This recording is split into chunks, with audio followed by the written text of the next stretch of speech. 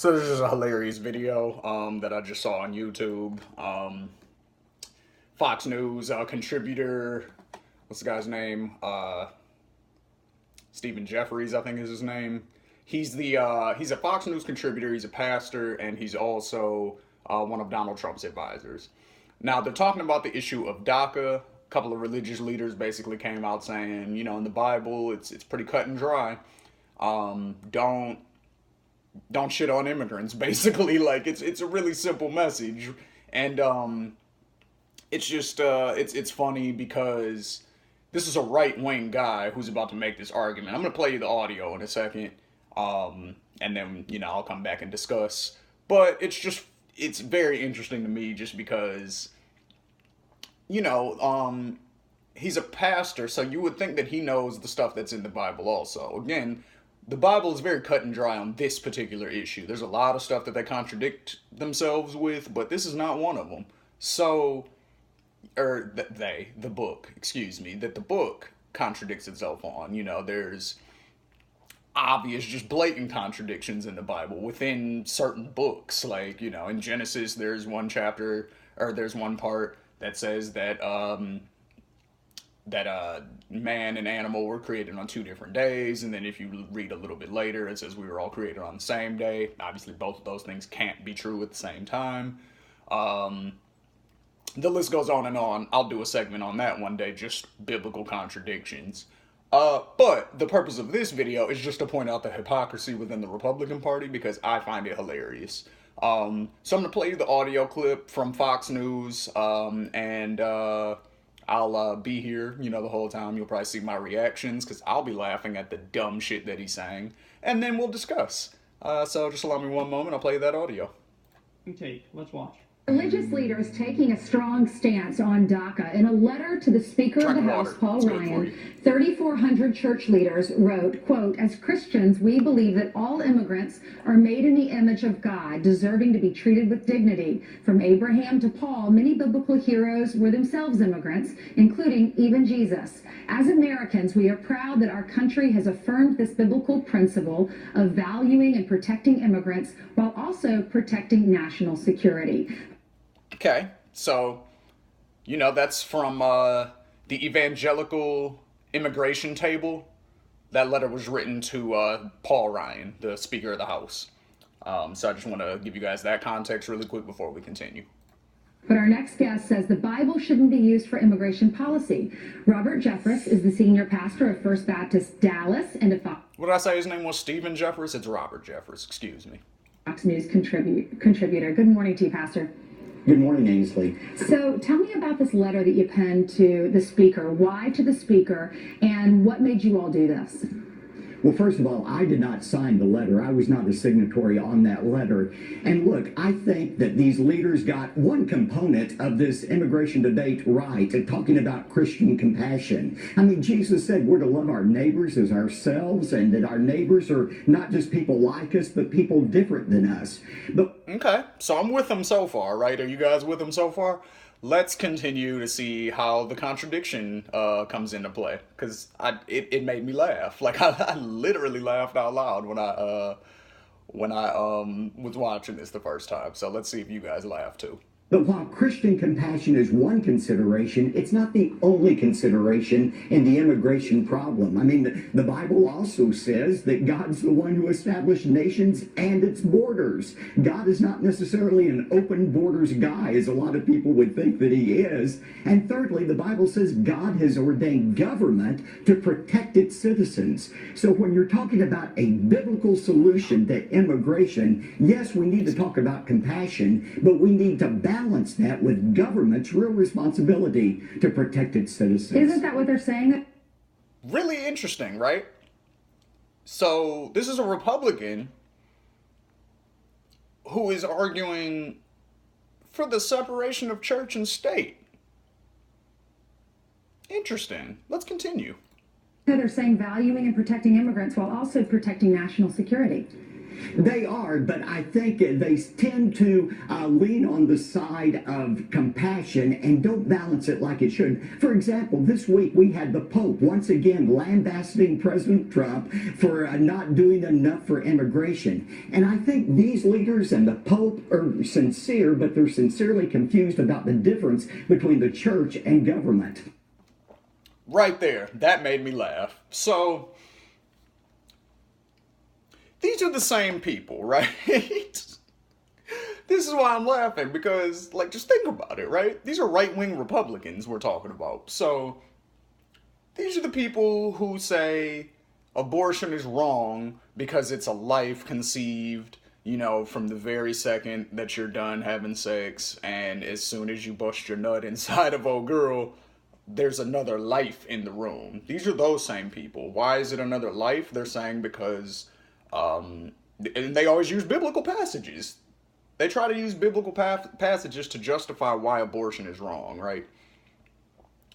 So that's a straight up combination of church and state. They're trying to get rid of all the Planned Parenthoods all over the country. Why? It's for religious reasons. There's no other reason for it. It's because they feel like God is, you know, punishing them in a certain way, or gonna punish us in a certain way or whatever if we allow abortion. So there's one example. Gay marriage. Pretty much all the right-wingers are against gay marriage. Why are they against gay marriage? Again, religious reasons. There's no other logical reason to be against it. So there was one argument I heard where people say, where one particular individual, he said he's not against the concept of gay marriage necessarily, although he later contradicted himself in the same conversation, and he basically said he was. I don't want to change my definition of marriage because other people want to get married. I'm like, that's stupid, though. Like, that's your opinion, you know? Like, has nothing to do with what should or should not happen just because you feel a certain way about it. That's neither here nor there. The decent, I don't even really think it's a decent argument, but the best argument I heard for being against gay marriage is saying that, HIV and AIDS is higher in the gay community than it is in the heterosexual community. So, with that being said, it's going to make insurance premiums and stuff like that go up if they have to cover, you know, gay couples the same way that they do, you know, straight couples. And my response to that is, but straight people, like, I know plenty of straight people who are just very sexually promiscuous, right? Like, I'm not judging, you know what I'm saying? Like, I'm not saying that's a bad thing or whatever. It just is what it is. Some people just like fucking, right? So, since we know that that's the case, why...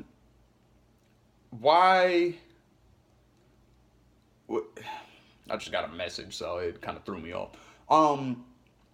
Since we know that that's the case, right? That, you know, straight people who are out here having sex with everybody also, they have just as much chance of getting AIDS or HIV or whatever other STDs as gay people do. So you're trying to tell me that a monogamous gay relationship has more of a chance of one of them getting AIDS than not allowing them to get married? Like, it just did, like, that's a stupid argument, right? So, you know, there's that. So, that's the only non-religious argument I've ever heard related to gay marriage. Everything else comes down to, you know, this isn't a women's rights issue. This is kind of an abortion thing also, but this isn't a women's rights issue. This isn't a freedom issue. This is a God issue. Okay, so then you're saying you want religion to dictate what government does. That's what you're saying.